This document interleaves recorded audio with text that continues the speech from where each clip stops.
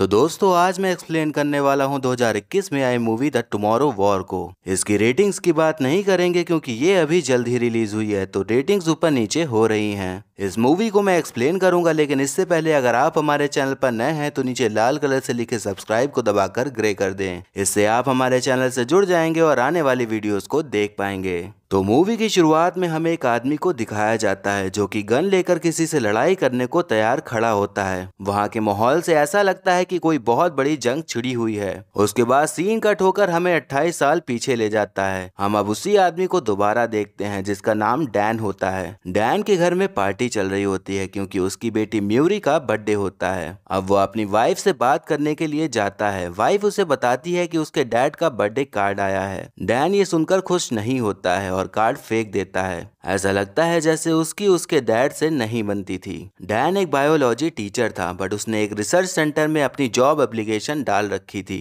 वो जॉब से रिलेटेड उनसे बात करने के लिए बाहर आता है, पर उसे पता चलता है कि वो जॉब के लिए सुटेबल नहीं है। अब इस बात से वो काफी दुखी हो जाता है और वापस घर आके अपनी बीवी और बेटी के साथ बैठ जाता है। टीवी में फुटबॉल मैच चल रहा होता है जिसे वहाँ सब लोग देख रहे थे। तभी ग्राउंड में काफी तेज रोशनी चमकती है और उसी रोशनी से बहुत सारे इंसान निकल कर बाहर आते हैं। ये नज़ारा देखकर वहाँ बैठी भीड़ और घर में मौजूद सभी लोग काफी डर जाते हैं। जो इंसान आए थे उसमें से एक लड़की कहती है कि हम आप लोग ही हैं। हम लोग 30 साल आगे फ्यूचर से आए हुए हैं। हम लोग एक वॉर लड़ रहे हैं जिसमें कि हमारे दुश्मन इंसान नहीं कोई और है। जिस ईयर से हम लोग आए हैं उसके 11 महीने बाद धरती पर इंसानों से नामो निशान मिट जाएगा। इसीलिए हम लोग यहाँ आए हैं ताकि आप भी इस वॉर में शामिल होकर हमारी हेल्प करें। तभी आने वाले फ्यूचर में इंसानों का वजूद बच पाएगा और आप ही लोग हमारी आखिरी उम्मीद हैं। अब हमें 12 महीने बाद का सीन दिखाया जाता है जहाँ न्यूज में खबरें आ रही होती हैं कि अब पूरी दुनिया से 5 लाख इंसानों को फ्यूचर में वॉर करने के लिए भेजा जा चुका है, लेकिन उसमें से बहुत ही कम लोग वापस आ पाए हैं। अगर ऐसे ही चलता रहा तो अभी से ही इंसानों का नामो निशान खत्म हो जाएगा। तो क्या जो सरकार का फैसला है वो सही है या फिर गलत? अब हम डैन को देखते हैं जो कि स्कूल में बच्चों को पढ़ा रहा होता है। दुनिया में जो डर का माहौल बना हुआ था उसकी वजह से बच्चों का मन पढ़ने में नहीं लग रहा था। डैन उनसे फिर कुछ और बात करने को या कोई सवाल पूछने को कहता है। कोई भी बच्चा हाथ नहीं उठाता सिवाय एक बच्चे के, बट डैन उससे कुछ भी नहीं पूछता क्योंकि वो बच्चा वोल्केनो से ही रिलेटेड सवाल किया करता था। ये सब बात चल ही रही होती है तभी डैन के मोबाइल में एक मैसेज आता है जिसमें लिखा था कि अपने नजदीकी MEPS ऑफिस में जाकर अपना चेकअप कराएं। हम MEPS को एक रिसर्च सेंटर मान सकते हैं। अब डैन वहां पर पहुंच जाता है। वहां के रिसर्चर एक मशीन की मदद से उसके हाथ में एक डिवाइस फिट कर देते हैं। तब वो डैन को बताते हैं कि वो 7 साल बाद मर जाएगा।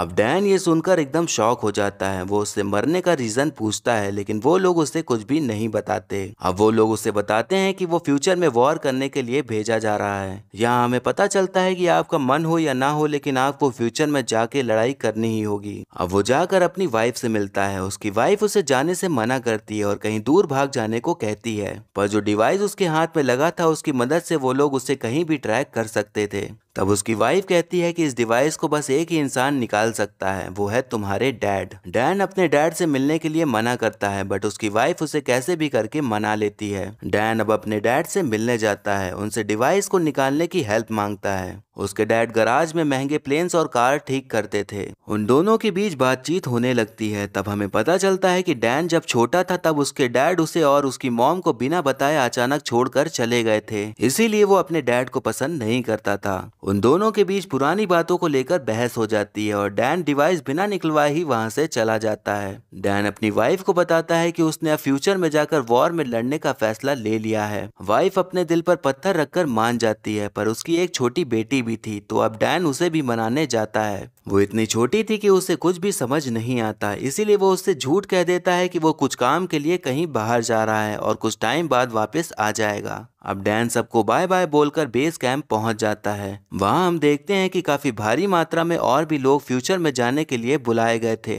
वो सब लोग आम जनता ही थी, तो कोई भी प्रोफेशनल नहीं था, इसीलिए उनको लड़ाई के लिए ट्रेनिंग दी जाती है। डैन का वहां पर चार्ली नाम का एक दोस्त भी बन जाता है। अब वहाँ पर उनकी क्लासेस भी होती हैं ये बताने के लिए कि वो लोग फ्यूचर में किस चीज़ से डील करने वाले हैं। उसमें एक लड़की सवाल करती है कि हम लोग वॉर होने के पहले ही जाकर वॉर खत्म क्यों नहीं कर सकते। तब वो लोग समझाते हैं कि ऐसा पॉसिबल नहीं है, हमारी जो टाइम मशीन है वो एक ही डायरेक्शन में फ्लो करती है। जैसे कि अगर हम 30 साल पास्ट में आए हैं तो हम 30 साल फ्यूचर में ही जा सकते हैं, उसके बीच में हम कहीं भी नहीं जा सकते। उन सब का जिससे सामना होने वाला था वो लोग उन्हें व्हाइट स्पाइक्स नाम से बुलाते थे। वो बताते हैं कि व्हाइट स्पाइक्स 6 दिन के लिए गायब हो जाते हैं, वो अपने घोंसले में चले जाते हैं। उनके घोंसले को हम सैबत कहते हैं। अब उन लोगों को 7 दिन बाद फ्यूचर में जाना था तो वो लोग वहीं पर रह रहे थे। तभी अचानक से वहाँ पर अलार्म बजने लग जाता है। वहाँ की लीडर डैन को बताती है कि फ्यूचर की एक लैब में व्हाइट स्पाइक्स ने हमला कर दिया है। वो बस एक ही लैब बची हुई है जिसमें उनको मारने की रिसर्च चल रही है, तो अगर वो बर्बाद हो गई तो सब खत्म हो जाएगा। अब सभी फ्यूचर वॉर में लड़ने के लिए रेडी हो जाते हैं। वहाँ एक तेज रोशनी से भरा पार्क बन जाता है। अब सब बारी बारी वहाँ से जाने लगते हैं। तभी वहाँ कुछ सिस्टम में खराबी आ जाती है, लेकिन तब तक काफी देर हो गई थी क्योंकि वहाँ से सब लोग निकल चुके थे। वो अब सारे लोग फ्यूचर में पहुंच जाते हैं। तब हमें पता चलता है कि गलती से वो लोग जमीन में लैंड ना होकर आसमान में ही लैंड होना शुरू हो गए थे। अब आधे से ज्यादा लोग गिर के मर जाते हैं। डैन स्विमिंग पूल में गिरता है तो वो बच जाता है। ये वही सीन होता है जो हमें स्टार्टिंग में दिखाया गया था। अब एक लेडी कमांडर वहाँ की टीम से कांटेक्ट करने का ट्राई करती है तो उनका डैन से कांटेक्ट होता है। वो उसके बारे में देखती है कि वो पहले आर्मी में ही था, तो वो उसको उस टीम का लीडर बना देती है। वो बताती है कि एक रिसर्च टीम पास ही के लोकेशन में फंसी हुई है, तो तुम लोगों को वहाँ पर जाके उन्हें रेस्क्यू करना होगा। लेकिन ये काम तुम लोगों को जल्दी करना पड़ेगा क्योंकि वहाँ पर बॉम्बिंग तो होने ही वाली है, पर सबसे बड़ा खतरा कि व्हाइट स्पाइक्स भी वहाँ पर मौजूद हैं, तो जितना जल्दी हो सके तुम लोग वहाँ पर पहुँच जाओ। अब वो लोग धीरे धीरे आगे बढ़ते हुए लैब तक पहुंच जाते हैं। वहां वो देखते हैं कि लैब पूरी तरह से तहस नहस हो गई थी और सारे लोग मारे गए थे। वहीं एक आदमी व्हाइट स्पाइक्स के नाखून तोड़कर रख लेता है, जिसे देखकर लोग काफी अजीब फील करते हैं। कमांडर वहां रखे जरूरी हार्ड ड्राइव्स और कुछ बायोलॉजिकल मटेरियल्स लाने को कहती है। अब वो सारे लोग सब कुछ लेकर वहां से निकलने लग जाते हैं। तभी उन्हें आहट मिलती है कि व्हाइट स्पाइक्स वहां पर आ चुके हैं। अब जब वो लोग ऊपर देखते हैं तो व्हाइट स्पाइक्स उन्हें ही देख रहे होते हैं। अब व्हाइट स्पाइक्स उन पर हमला कर देते हैं। वो लोग वहां तेजी से भागते हैं, पर उनमें से काफी लोगों की जान चली जाती है।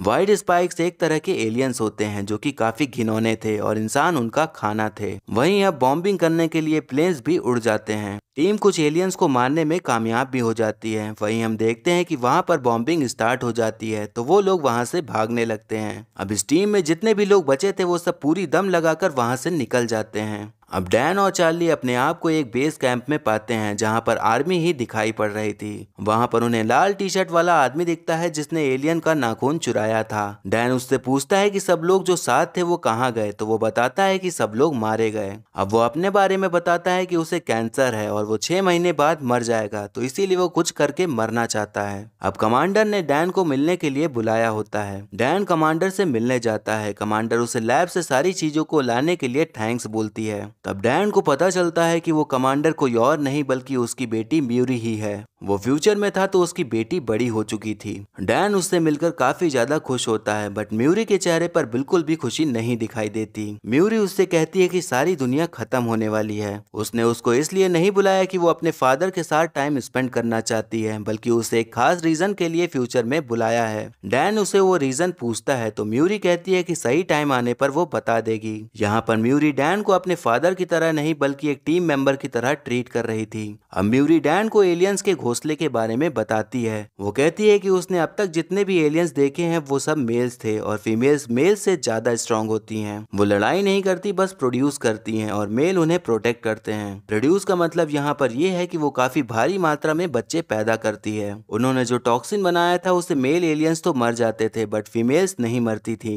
तो इसीलिए वो फीमेल एलियन को पकड़ने के लिए जा रहे थे ताकि म्यूरी पता लगा सके कि वो क्यों नहीं मरती और उससे टॉक्सिन बना सके। टॉक्सिन को आप एक तरह की वैक्सीन समझ सकते हैं जिससे कि एलियंस मर सकते थे और वही टॉक्सिन उनकी लास्ट होप थी। म्यूरी, डैन और उनकी टीम घोंसले के पास जाने के लिए रवाना हो जाती है। म्यूरी बताती है कि पहले ये लोग यहीं पर थे, फिर अब पूरी दुनिया पर ही फैल गए हैं। वो बताती है कि वो जब लैंड हुए थे तो उनका शिप, रडार या सैटेलाइट कहीं पर भी नहीं दिखा। किसी को भी नहीं पता चला कि वो लोग कब आए और कैसे आए और फिर धीरे धीरे हर जगह फैल गए। उनके कोई भी रूल्स और रेगुलेशंस नहीं है, बस हम उनका खाना है और वो बस भूखे हैं। अब वो लोग लोकेशन पर पहुंच जाते हैं। म्यूरी डैन को हेलीकॉप्टर में ही रहने को कहती है और खुद नीचे नीचे घोंसले के अंदर चली जाती है। वहाँ सारे लोग फीमेल व्हाइट स्पाइक को पकड़ के केज के अंदर डालने में लगे होते हैं, बट वो इतनी ज्यादा स्ट्रांग थी कि किसी के भी हाथ नहीं आ रही थी और लोगों को बुरी तरह मार रही थी। अब म्यूरी वहाँ आकर उस पर थोड़ा कंट्रोल पा लेती है। तभी ऊपर डैन देखता है कि फीमेल एलियन को बचाने के लिए वहाँ पर मेल एलियन की पूरी फौज आ रही है। अब वो भी नीचे घोंसले में उतर जाता है और उन लोगों की उसे पकड़ने में हेल्प करता है। काफी मशक्कत करने के बाद वो केज में आ जाती है और हेलीकॉप्टर द्वारा उसे ले जाया जा रहा होता है। म्यूरी और डैन एक गाड़ी में बैठकर वहां से भागने लगते हैं और पूरी एलियन की फौज उनके पीछे पड़ जाती है।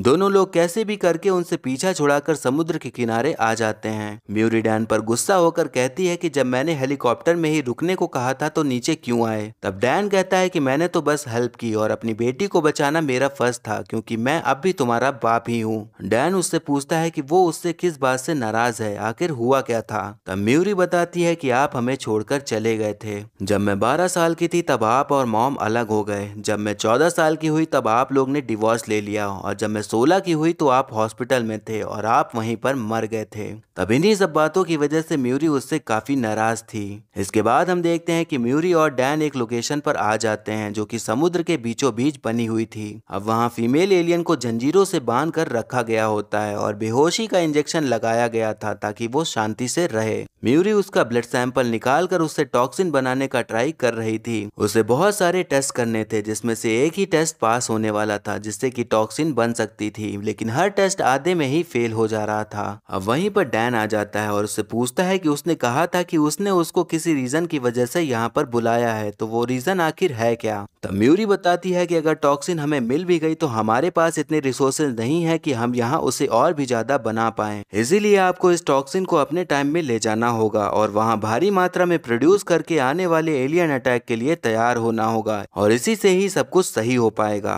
आप मेरे डैड हैं, इसीलिए मुझे आप पर पूरा भरोसा है और इसी रीजन की वजह से मैंने आपको पास से बुलाया है। अब डैन ये सब सुनकर काफी शॉक हो जाता है क्योंकि इस टाइम पर म्यूरी मरने वाली थी, क्योंकि यहाँ पर टॉक्सिन बनना नामुमकिन था। तभी वहाँ हो रहे टेस्ट में कामयाबी मिल जाती है और टॉक्सिन सैंपल तैयार हो जाता है। म्यूरी अब वो टॉक्सिन डैन को दे देती है। डैन कहता है कि वो दोबारा वापस जरूर आएगा और वो उसको बचा लेगा। तभी अचानक फीमेल एलियन होश में आ जाती है और जोर जोर से चिल्लाने लगती है। उसकी आवाज सुनकर अब वहाँ पर भी मेल एलियंस आकर हमला कर देते हैं। अब म्यूरी की जिम्मेदारी थी कि डैन सेफली पास में पहुंच जाए, तो वो उससे प्रोटेक्ट करने लगती है। एलियंस ने अब चारों तरफ से हमला कर दिया था। अब वो दोनों उन सब से भिड़ जाते हैं। उसी बीच म्यूरी को एक एलियन स्पाइक मार के घायल कर देता है। अब म्यूरी को पता था कि वो बच नहीं पाएगी, तो वो डैन को जाने के लिए कहती है। वो उससे कहती है कि जो भी मैंने उस टाइम कहा था वो सब गुस्से में कहा था, मैं आपसे बहुत ज्यादा प्यार करती हूँ। वो उससे कहती है कि अब आपको ही सब कुछ करना है ताकि जो हो रहा है वो कभी ना हो। तभी वहाँ पर फीमेल एलियन आकर म्यूरी को घसीट ले जाती है। म्यूरी बचने वाली नहीं थी, तो वो डैन का हाथ छोड़ देती है और डैन अब फ्यूचर से निकलकर अपने प्रेजेंट में पहुंच जाता है। डैन वहाँ की लीडर से कहता है कि इस टॉक्सिन को भारी मात्रा में प्रोड्यूस करना होगा और फ्यूचर में भेजना होगा। तब लीडर बताती है कि फ्यूचर से हमारा कनेक्शन टूट चुका है और अब हम वहाँ पर कभी नहीं जा पाएंगे। अब ये सुनकर डैन एकदम दुखी हो जाता है। तभी वो देखता है कि उसका दोस्त चार्ली भी वहीं पर होता है। डैन अब अपने घर जाकर अपनी बीवी और बेटी म्यूरी से मिलता है। उसने जो फ्यूचर में देखा था उसे म्यूरी को लेकर और भी ज्यादा केयरिंग बढ़ जाती है। फिर डैन अपनी वाइफ को बताता है कि वो फ्यूचर में म्यूरी से मिला था और उसने जो भी टॉक्सिन दिया है उसकी वजह से हम आगे जिंदा बच पाएंगे। अब डैन उस आदमी से मिलता है जिसने एलियन का नाखून निकाला था। वो उससे कहता है कि हमारे पास अब भी एक चांस है जिससे कि होने वाली वॉर को हम रोक सकते हैं। आदमी उसकी बातों से कन्विंस नहीं हो रहा होता, बट डैन कुछ ऐसी बातें कहता है कि वो कैसे भी करके उसका साथ देने को मान जाता है। उसने जो नाखून चुराया था वो उसे लैब में टेस्ट करते हैं। तब पता चलता है कि उसके नाखूनों में वॉल्केनो की राख लगी हुई थी। एलियंस ने पहला हमला रशिया में किया था, बट वहां तो कोई भी वॉल्केनो नहीं थे। फिर पता चलता है कि वो राख रशिया की नहीं चाइना की है। अब डैन को याद आता है कि उसके क्लास में वॉल्केनो एक्सपर्ट था, तो वो लोग उसी लड़के के पास चले जाते हैं। वो लड़का बताता है कि 1946 में चाइना में वॉल्केनो फटा था और उसकी राख रशिया तक गई थी। वो राख वहाँ जमा हो जाने के बाद वो बर्फ से ढक गई और वहाँ पर ग्लेशियर बन गया। अब उनका दिमाग चलता है कि एलियंस 2048 में नहीं बल्कि कई साल पहले 1946 एडी के टाइम पर ही आ गए थे और जब 2048 में ग्लेशियर पिघला तो वो फिर वहाँ से बाहर निकल आए। अब वो लोग आर्मी के लीडर से मिलकर रशिया जाने की बात करते हैं और उसे बताते हैं कि वहीं पर एलियंस अब भी मौजूद हैं, बट वो उन्हें रशिया जाने की परमिशन नहीं देता। तब डैन को ख्याल आता है कि एक ही आदमी है जो हमें वहां तक ले जा सकता है और वो थे उसके पिताजी। डैन अपने डैड से मिलता है और उनसे सारी बातें बताकर हेल्प मांगता है। अब बाप तो बाप होता है, वो भला अपने बेटे की हेल्प क्यों ना करता, तो वो उसकी हेल्प करने के लिए मान जाता है। अब टॉक्सिन को प्रोड्यूस करके वो लोग उसी लोकेशन में पहुंच जाते हैं। जब वो लोग बॉम्ब ब्लास्ट करके बर्फ हटाते हैं तब उन्हें अंदर जाने का रास्ता दिखता है। वो जब अंदर जाते हैं तो देखते हैं कि वहाँ एक बहुत बड़ा सा स्पेस शिप मौजूद था। उनका सिंपल सा प्लान था कि एलियंस को टॉक्सिन देकर पहले ही मार डालना, तो वो लोग स्पेस शिप को काट कर अंदर घुस जाते हैं। उन्हें पता चलता है कि स्पेस शिप की खराब लैंडिंग हुई थी, इसीलिए ये अब तक बाहर नहीं आ पाए और सारे एलियंस डीप स्लीप में थे। अब वो लोग टॉक्सिन देकर सारे एलियंस को मारने लग जाते हैं। तभी वहां पर सारे एलियंस जाग जाते हैं। वो लोग फैसला करते हैं कि वो पूरा स्पेसशिप उड़ा देंगे ताकि सब एलियंस वहीं मर जाएं। अब ये करने के लिए वो नाखून वाला आदमी अपना सेक्रीफाइस करता है और वहीं रहकर पूरे स्पेसशिप को बॉम्ब से उड़ा देता है। डैन, उसके डैड और चार्ली कैसे भी करके बच जाते हैं। उसके डैड बताते हैं कि एक एलियन वहां से भाग निकला है जो कि काफी बड़ा था। तब डैन समझ जाता है कि वो एक फीमेल एलियन थी। अब इससे पहले कि वो अपने बच्चे देकर और भी एलियन पैदा करे, वो उसे ढूंढने लग जाते हैं। उन्हें वो एलियन मिल जाती है और वो लोग उससे मारने लगते हैं, पर वो बहुत ही ज्यादा ताकतवर थी तो आसानी से नहीं मर रही थी। डैन के डैड उसकी आंखों में कुछ घुसेड़ कर उसे अंधा कर डालते हैं, पर वो फिर भी हार नहीं मान रही होती। उस आदमी ने डैन को वो नाखून दे दिया था, तो अब डैन उसी नाखून से एलियन का गला काट देता है, फिर उसे टॉक्सिन देकर पहाड़ से ढकेल देता है। वो एलियन मौत की गहराई में चली जाती है। अब हम देखते हैं कि डैन अपने घर वापस आ जाता है और उसने अपने डैड को एक्सेप्ट कर लिया था, तो वो उन्हें अपनी फैमिली से मिलवाता है। अब एलियंस खत्म हो गए थे और पूरी फैमिली सेफ और हैप्पी थी, तो इसी हैप्पी एंडिंग के साथ मूवी यहीं पर खत्म हो जाती है।